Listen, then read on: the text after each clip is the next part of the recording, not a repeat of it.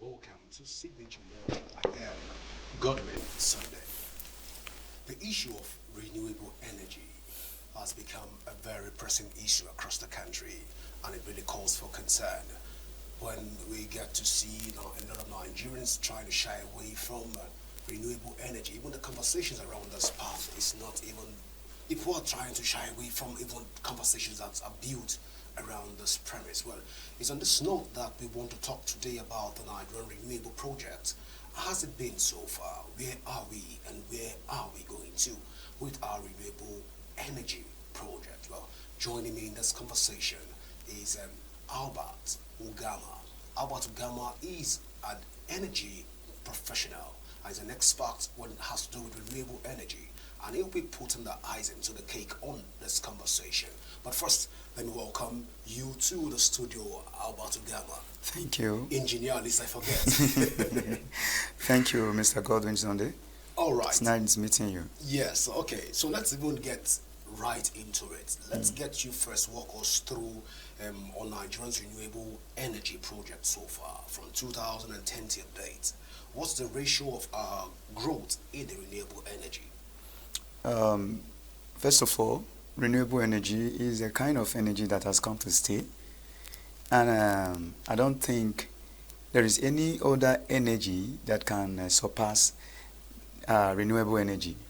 Yes, I can be bold to tell you that. Yeah. So from 2010 till date, actually the growth has been accelerating, but from 2010 till 2013, the growth was slow because the awareness was still not that massive like now. But when it got to 2015, 2016, 2017, at least there was an increase, a better increase because the awareness was becoming much. You get the point. So now, when you talk about the ratio, we don't base on ratio, because when you are talking about ratio, you are talking based on one thing and another thing. But renewable energy is a standalone kind of energy that is not growing side by side with any other energy. Yeah, you get the point. Yeah. So now renewable energy grows based on awareness, availability, and interest. By the time you could tell Mr. A, Mr. B, Mr. C that renewable energy will save you more money, will save you more time, will give you a better chance of healthy living than any other energy, and he buys into it. By the time the population of those kind of persons or person increases, the availability of users will also increase also. So now, from 2010 and till now, it has been a very massive, there has been a very massive increase, though there are some doubting Thomas in between. You understand? Because of non-availability of good hands. Sometimes you tend to not meet the right engineers in this field, and the discouragement will come from the inefficiency of the job. You get the point. But when you get to meet the right people in the field, you will definitely enjoy it. Renewable energy is an energy that it's, the importance, the profits, the what and what you can save me of more. Give me words, borrow me words. You understand? Yeah. It's massive. It's massive. It's massive. Yes. The disadvantage is minimal compared to the advantage. You understand? And this part of the world, we tend to focus more on solar as a renewable energy in renewable energy sector. But renewable energy is not just solar. It has to do with solar and wind turbine. When I talk about renewable energy, you're talking about energy that you use without depletion. As you are using the sun, is the sun reducing? As you are using the wind, is the wind reducing? So the thing is, when it's an energy that balance between health and wealth. Now, speaking of the doubting Thomases, first, like you rightly said, they must have engaged the wrong engineers. Yes. But then, a lot of people will also argue that renewable energy is too expensive and it's unreliable. This is supposed to be like a national project. But critics will say it's too expensive and unreliable. Let's get you to react to this. Is it truly too expensive? And based on what you have seen as an expert on the field, how reliable is renewable energy? Yes, actually it's expensive. Renewable energy is expensive actually, but it's actually not expensive from the manufacturers. It's expensive because of the custom duty placed on it. If this thing is going to be made available to common men, we must start from the duty, cutting down the duty, so that the businessman like me will not run at loss. No businessman want to run at loss. So when you bring this thing in containers, it is you get them in dollars, in pounds, in euros, in hard currencies. Then here you are with them here, and then they are trying to frustrate you with a whole lot of millions on just a single container. You are paying millions of naira. So what do you think a businessman will do? It's the end user that will suffer it. You get the point? It's the end user that will suffer it. So we'll have to start the homework from here by reducing the custom duty, so that a common man can also own, at least, no matter how small it is, a solar in his house. So when you talk about the efficiency of the solar, it still boils down to the hands handling it. Like now, as I'm talking to you now, there are a whole lot of solar materials in the market because, yes, everybody is going solar, everybody is going renewable, because they look at it as a lucrative business. So everybody goes into manufacturing nonsense in the market, bringing in nonsense in the market, and that is where standard organization needs to come in if really they want to do their work well.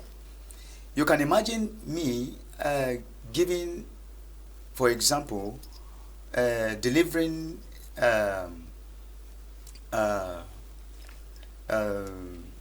energy with very high professional solar materials, and then definitely it will be very expensive, and then another person with a lower efficiency now deliver the same magnitude of energy, definitely his own will be less.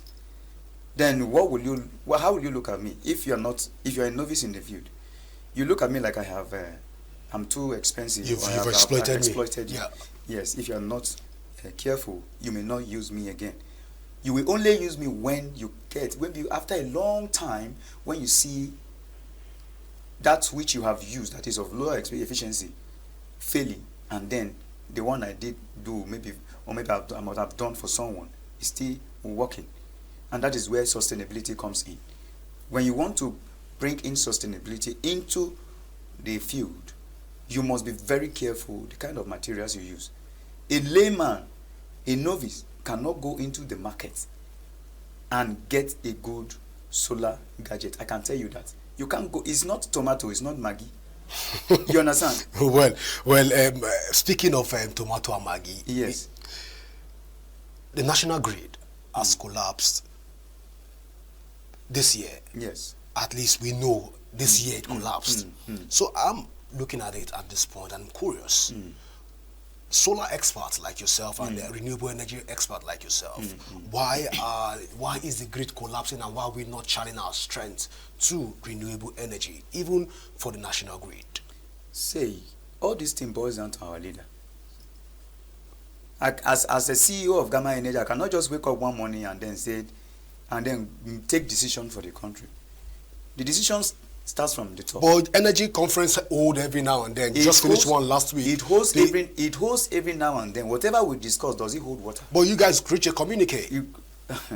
My brother, what you are seeing is far is far, far less than what it's happening beneath.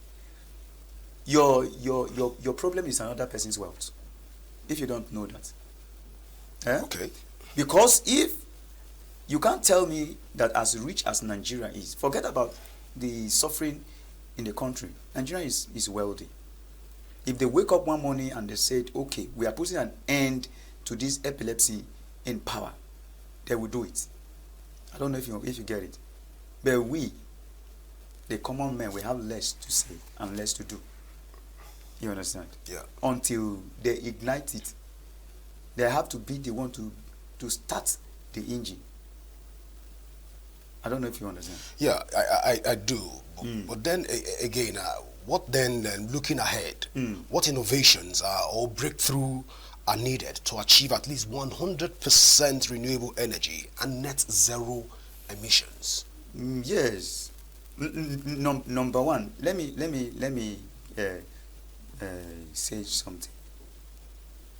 Like Jos, Okay. I think they are using coal. I think they have their own power generating plant. Kainji Dam is another power generating plant. Then some other places, I think they have different power generators.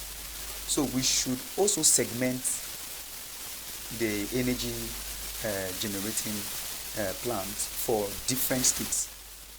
We can have a solar farm for different states. We can have a solar farm for Abuja, or maybe like 10 solar farm or to 20 in only Abuja, powering different locations.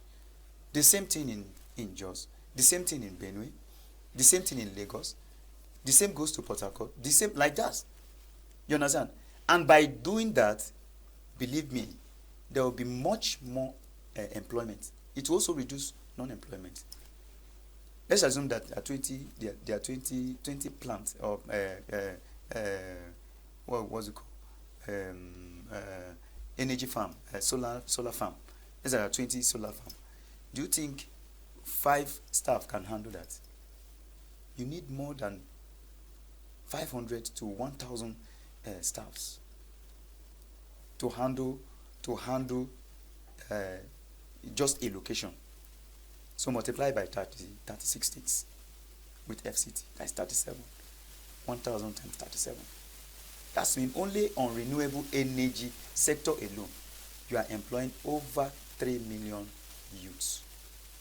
You understand? So there are things we can do in the renewable energy sector that can stabilize the energy and still employ youths and also stabilize the economy. These things are very simple. Not that our leaders don't know these things, but what is keeping them, I don't know. And probably probably your renewable energy committee are not writing enough, or you people are not. We are not writing enough. You're not Maybe you can come in to help us. No, but probably you guys are. Of course, I'm not a renewer. I'm a journalist. I'm a journalist. No. We are actually doing what we can do part time. You can't take 2 steps at a time. You take a step and you let your leader take another step. You follow the step of your leader. We have leaders, we have fathers. So Nigerians will be asking at this point, why then do we not have a renewable energy project? Even if it's coming from Association of Renewable, I think people have a body. Yes, we have a body. So can we have a blueprint for a national renewable project that we can pursue? Do we have it, or can we have one? No, we already have one. Okay, please. We already have one. But the issue there is, even in that sector, we still have leaders that need to push for us. Like I told you, there are people that we are actually keenly waiting for them to take a move. Once they move, who are we? We move. You understand? So the blueprint is there. It's not like it's not there. Except if it needs to be restructured. If need be, it will be restructured. If the blueprint is reviewed and is not compatible with the consumption and the economy situation of the country, it can be restructured, but the blueprint is there. You understand? Well, the leaders in that sector needs to take a step. Their steps is very important for some of us to take our own steps too. So we cannot do more than what they should do. Everybody have a role to play. All right, Engineer Albert, Yes. just before I let you go, let's talk about renewable energy in the light of health implications in Nigeria. So, when people install solar and other renewable energy, does it have any health implication? Is it carcinogenic, as claimed by some people? Let's get this clarification. How healthy is our solar plants and all of this solar equipment? No, when you are talking about health, you are talking about the well-being of the total, the human. And based on United Nations, yeah. So no. You have used generator before, now, and it emits what we call carbon monoxide. It's fossil fuel. The combustion of fossil fuel results to the emission of carbon monoxide, which has a long effect. It has a very serious effect on the body because it combines with the blood to cause blood clotting. You understand? To cause blood clotting. So when you're talking about renewable energy being unhealthy to a human body, it should be that the renewable energy is emitting something that is going into the human body. Okay. You understand? So now, and I can tell you that in renewable energy, there is no emission of any kind, just like the generators and the others. There is no emission of any kind. So now, what happens in renewable energy right from the solar? Let's use solar as a case study now. Solar as a case study. So now, what happens on the panel? What happens there is that it's excitation, the movements of ions from one point to another, ionic mobility, and that the same thing happens in the battery too. Excitation within the panels and a flow of electrons from the cables to their destination, which is the battery and the house. You understand? So now when it comes to battery is electrolysis, ionic mobility. You understand? From the cathode to the anode. You understand? Or anode to the cathode. You understand? So it's enclosed. So in any case, there is no emission of any kind. There is no emission when it comes to renewable energy. So even the battery that is being used to preserve the yes, the battery, the bank. Okay, so the whole power that comes into the battery and the production process is not carcinogenic. It's not carcinogenic. There's no emission of any kind. You get the point. So now, when you are talking about the other things around, the other materials around solar, they are just a kind of, let me use this word, they are just a kind of mind my business kind of flow. You understand? There is no escape from the circumference. You understand? It goes through the cables to the batteries. The inverter picks it, process it to a usable form, and give it to the house. That's all.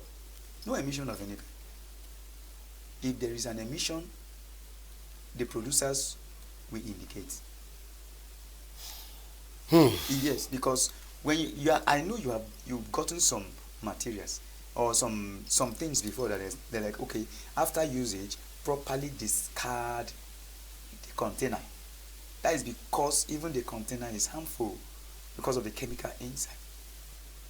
Definitely, if there is an harmful emission of any kind on these materials, it will be indicated. Okay, so I'm asking this because of the various electronic components that are in this and used to produce this. They are carefully made. So if they are carefully made, the magnetic and channeling it back to the ozone layer deplections and the electromagnetic components and all of this. It helps the ozone layer. You understand? There is no depletion in ozone layer when it comes to renewable energy. Even the wind turbine is just a mechanical movement of the wind cut across the two horseshoe magnets, generating the electricity. You understand? Down to the bank. You understand? By an interface which is called the MPPT, maximum power point tracker. You understand? Yeah. Then it goes to the bank. The inverter still picks it up and then invert it, give it to the house. So there is no emission either from the wind turbine or from the solar. Even as now that we are using, then wind turbine is not used close to the house because of the large blade. But now it has been streamlined. We have helical wind turbine, just like ribbon. Helical, when you install it in homes, you see it's so beautifully made. So you know some of those things, they are made by virtue of much research and all of that. So there's no emission. Engineer, I know I said that was going to be like my last question, but just before we leave, where do we go from here as a country in terms of our solar project? By way of recommendation, what will you be saying to the government, or what will you tell the government for us to do differently to bring us to speed and to meet other international standards? Most countries are already towing the path of renewable energy. So help us with as a professional and from a professional. Yes, I will answer this question in two ways. Okay. I have word for the government and individuals too. The government should please. I'm using this forum to beg the government.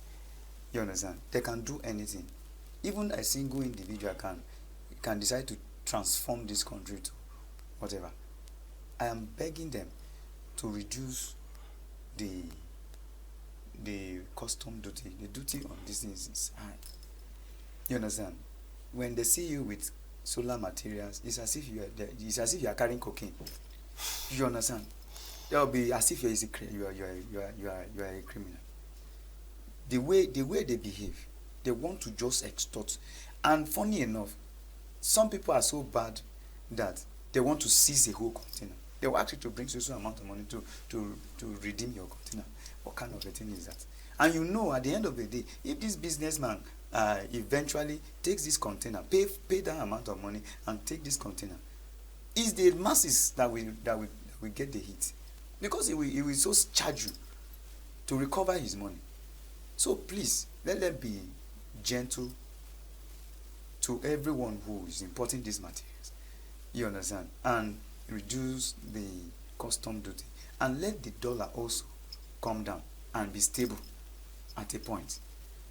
Then for individuals who have money should venture into solar, because it's not only when you don't have light you need solar. Now that the tariff is high, when you have solar, it has a way of reducing your tariff by 50%. Imagine that the sun is paying your bill the daytime, and then at night you are using the grid. Don't you think your unit will last? Yes. So let's invest more. Engineer Albert, I want to say at this point, thank you so much for being a part of Signature Morning today. You're welcome. Thank you, sir. All right. Well, that's how far we can go this morning with Engineer Albert. And don't forget that we'll be talking more on renewable energy, even as we get more information and update, even on other pressing issues. But right now, I've been signaled to by my producer that it's time to go. We were taking you back to our Enugu office for more updates on Signature Morning. I am Godwin Sunday. Keep watching Signature Morning.